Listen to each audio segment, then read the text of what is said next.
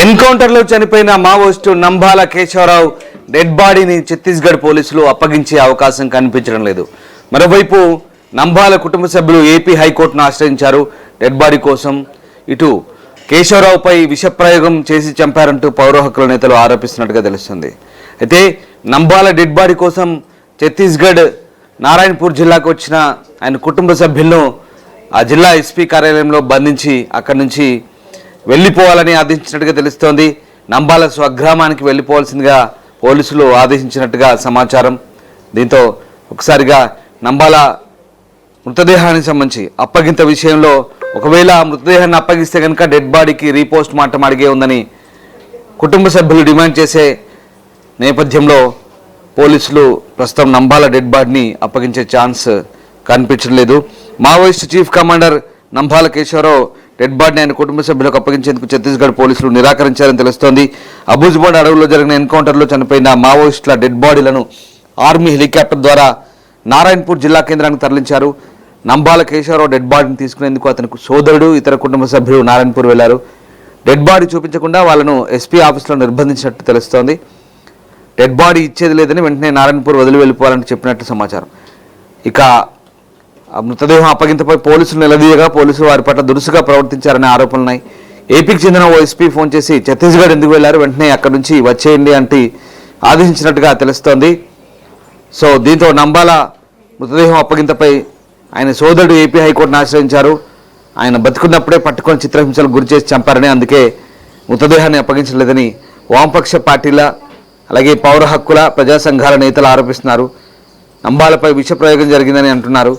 మృతదేహం అప్పగిస్తే repost mortem కోసం కోర్టుకు వెళ్తారన్న భయంతోనే ఇవ్వడం లేదంటూ మండిపడుతున్నారు. అలిపిరి బ్లాస్ట్లో నంబాల సూత్రధారి ఏపీకి చెందిన ఓ మంత్రి నంబాల డెడ్ బాడీని తన సొంత గ్రామానికి తీసుకురానివ్వకుండా అడ్డుపడుతున్నారన్న ప్రజా సంఘాలు నంబాల కుటుంబ సభ్యులు అన్నట్లు సమాచారం. మృతదేహం వద్ద నుంచి ఆయన డైరీ, ల్యాప్టాప్, ఇతర డాక్యుమెంట్లను భద్రతా బలగాలు స్వాధీనం చేసుకున్నాయి. ఆపరేషన్ కగార్ తీవ్రత, డిఆర్జీ బలగాల దూకుడుపై దళాలను అలర్ట్ చేస్తూ ఈ లేఖ రాసినట్టు తెలుస్తోంది. ప్రమాదాన్ని ముందే పసిగట్టి అగ్రనేతలను దాటించే క్రమంలోనే నంబాల కేశవరావు ఎన్కౌంటర్లో చనిపోయినట్టు తెలుస్తోంది. అయితే ఈ ఎన్కౌంటర్పై భిన్న కథనాలున్నాయి. నారాయణపూర్ జిల్లాలో ఎన్కౌంటర్ జరిగిందన్న ఛత్తీస్గఢ్ పోలీసులు ఏ ప్రాంతంలో జరిగిందనేది చెప్పడం లేదు. అలాగే మావోయిస్టుల మృతదేహాలను వారి కుటుంబ సభ్యులకు అప్పగించడం అనుమానాలకు తావిస్తుందని ప్రజా సంఘాల నేతలు అంటున్నారు. కేశవరావుకు రక్షణగా కనీసం 50 మంది సాయుధ మావోయిస్టులు కాపలా ఉంటారని, ఎన్కౌంటర్లో కేవలం 26 మందిని చూపించడం అనుమానాస్పదంగా ఉందని చెబుతున్నారు. పోలీసులు విడుదల చేసిన కేశవరావు ఫోటోను చూస్తే ఆయన గడ్డం చేసుకోవడం, తలపై జుట్టుకు రంగు వేసుకున్నట్లు కనిపించడం, తల కింద ఎర్ర దస్తీ ఉండడం అనుమానాలకు తావిస్తోంది. ఆయన ఎప్పుడు దస్తీ అలా వాడరని, అది కొత్తగా పెట్టినట్లు కనిపిస్తోంది. గతంలో కేశవరావుతో కలిసి పనిచేసిన వారు చెప్తున్నారు. ఇక ఆయన్ను పడుకోబెట్టిన ప్రదేశంలోనే ఆకులను గమనిస్తుంటే ఎన్కౌంటర్ జరిగిన స్థలంలాగా లేదని అంటున్నారు. ఆయనతో పాటు మరణించిన మావోయిస్టుల ఫోటోలను చూస్తుంటే చాలామందిని అత్యంత సమీపం నుంచి కాల్చివేసినట్లుందని, వారి ముఖాలపై తుపాకీ బాయినెట్తో కొట్టిన గుర్తులు కనిపించాయని ప్రజా సంఘాల నాయకులు పేర్కొంటున్నారు. కేశవరావుతో పాటు మధు తప్పనిసరిగా ఉంటాడని, ఇద్దరికీ రక్షణగా ఉండాల్సిన వారి విషయంలోనే అనుమానాలు కలుగుతున్నాయని చెప్తున్నారు. సో కేశవరావు అనారోగ్యంతో బాధపడుతున్నారని, చికిత్స తీసుకుంటుండగా పట్టుకొచ్చి కాల్చి చంపారన్న ఆరోపణలు ఉన్నాయి. కేశవరావు తన కదలికల విషయంలో జాగ్రత్తగా ఉంటారని, రక్షణగా కంపెనీ ఎప్పుడూ సర్వసన్నద్ధంగా ఉంటుందని ప్రజా సంఘాల నేతలు అంటున్నారు. వారిలో కనీసం 10 మంది దగ్గరైనా AK-47 తుపాకులు ఉంటాయని పోలీసులు 3 తుపాకులే స్వాధీనం చేసుకున్నట్లు ప్రకటించడంతో మిగతా వారు ఏమయ్యారన్న అనుమానాలు వ్యక్తమవుతున్నాయి. సాధారణంగా కేంద్ర కమిటీ సభ్యులకు మూడంచెల భద్రతా వ్యవస్థ ఉంటుంది. ఈ వలయాన్ని ఛేదించుకొని వారి దగ్గర చేరుకోవడం చాలా కష్టంతో కూడుకున్న పని అనే అభిప్రాయాలు వ్యక్తమవుతున్నాయి. ఇందులో కనీసం 70 మంది ఉంటారు. అయితే 40 మంది వద్ద AK-47 లాంటి అత్యాధునిక ఆయుధాలు ఉంటాయని, తన చుట్టూ ఉన్న ఆధునిక ఆయుధాలతో ఉండే నంబాల తన చేతిలో ఎప్పుడూ ల్యాప్టాప్తో ముందుకు సాగుతారని తెలుస్తుంది. తాగునీరు, ఆహారం విషయంలో ఎంతో జాగ్రత్తగా ఉంటారని, రాత్రి వేళ కూడా 2-3 గంటల కంటే ఎక్కువ నిద్రించారని తెలుస్తోంది. అయితే ఇటీవల పెరిగిన నిర్బంధం కారణంగా భద్రతను 20 మందికి కుదించినట్టు సమాచారం.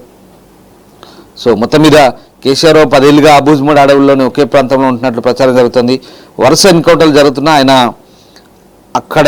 అక్కడే ఉన్నట్లు చెబుతున్నారు. పసిగట్టిన పోలీసులు ప్రణాళికలు సిద్ధం చేసుకుని ఇలా 21న ఆయన క్యాంప్పై విడిచిపడ్డట్టు చర్చ జరుగుతుంది. కేశవరావు అతి విశ్వాసమే ఎన్కౌంటర్కు దారితీసిందన్న వాదన కూడా వినిపిస్తుంది. సో మొత్తం మీద నంబాల అక్కడ ఉన్నారనే ఖచ్చితత్వంతో డీకోడ్ చేయడం ద్వారా ఆ అంశాన్ని భద్రతా దళాలు పసిగట్టి మెరుపు దాడి చేసి అతన్ని మట్టుబెట్టినట్టుగా తెలుస్తోంది.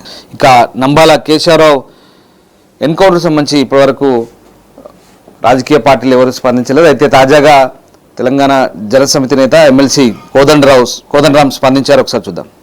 చాలా అనుమానాలు కలుగుతున్నాయి. ఇవాళ అందరూ ఒక అనుమానం ఏంటంటే ఆయన ఎక్కడో పట్టుకొచ్చి కాల్చి చెప్పారు. గతంలో జరిగిన ఎన్కౌంటర్ కూడా అదే పద్ధతిలో సాగింది. అందుకని ఈ విషయమై తప్పనిసరిగా ఒక సిట్టింగ్ హైకోర్టు జడ్జి చేత విచారణ జరిపించి వాస్తవాలు తేల్చాలని చెప్పి ఈ సందర్భంగా కోరుతా ఉన్నాం. రెండవది ఏంటంటే మనుషుల్ని ఈ రకంగా చంపటం ద్వారా ఒక రాజకీయాన్ని ఒక సిద్ధాంతాన్ని రూపుమాపాలనుకోవటం కూడా చాలా పొరపాటు. ఆ రాజకీయాలతో మనం అందరం అంగీకరించాలని లేదు, నాకు కూడా ఏకాభిప్రాయం ఉండాలని ఏం లేదు. కానీ రాజకీయాలతో వ్యవహరించేటప్పుడు రాజకీయపరమైన విమర్శలే ఉండాలి, రాజకీయపరమైన వాదనలే ఉండాలి తప్ప ఈ రకమైన పద్ధతులు పనిచేయవు. అది అనవసరమైనటువంటి హింసకు దారితీస్తూ ఉంటుంది, సమాజాన్ని అగ్నిగుండంగా మార్చేస్తూ ఉంటుంది. అందుకని ఇటువంటి నరమేధాన్ని ప్రభుత్వం ఆపాలి.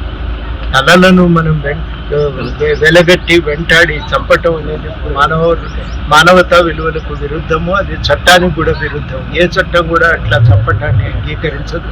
అందుకని ఈ ఎన్కౌంటర్ను ఖండిస్తూ తప్పనిసరిగా దీనిపై విచారణ జరిపి వాస్తవాలు తేల్చాలని శాంతి చర్చలు జరిపి నక్సలైట్లు కోరుకుంటున్నారు కూడా. ఇవాళ శాంతి చర్చలు జరపమని మావోయిస్టులు శాంతి చర్చలకు సుముఖంగా ఉన్నారు, ప్రకటన చేశారు. కాబట్టి శాంతి చర్చలు జరిపి ఈ మొత్తంగా అక్కడ ఛత్తీస్గఢ్లో శాంతిని పెంపొందింపజేయాలని, ఈ రకమైన నరమేధాన్ని ఆపాలని ఈ సందర్భంగా నేను కేంద్ర ప్రభుత్వానికి విజ్ఞప్తి చేస్తాను. ప్రపంచంలో ఏ మూల ఏ క్షణం ఏం జరుగుతుందో వేగంగా తెలుసుకోవడానికి తొలి వెలుగు వాట్సాప్ ఛానల్ని ఫాలో చేయండి.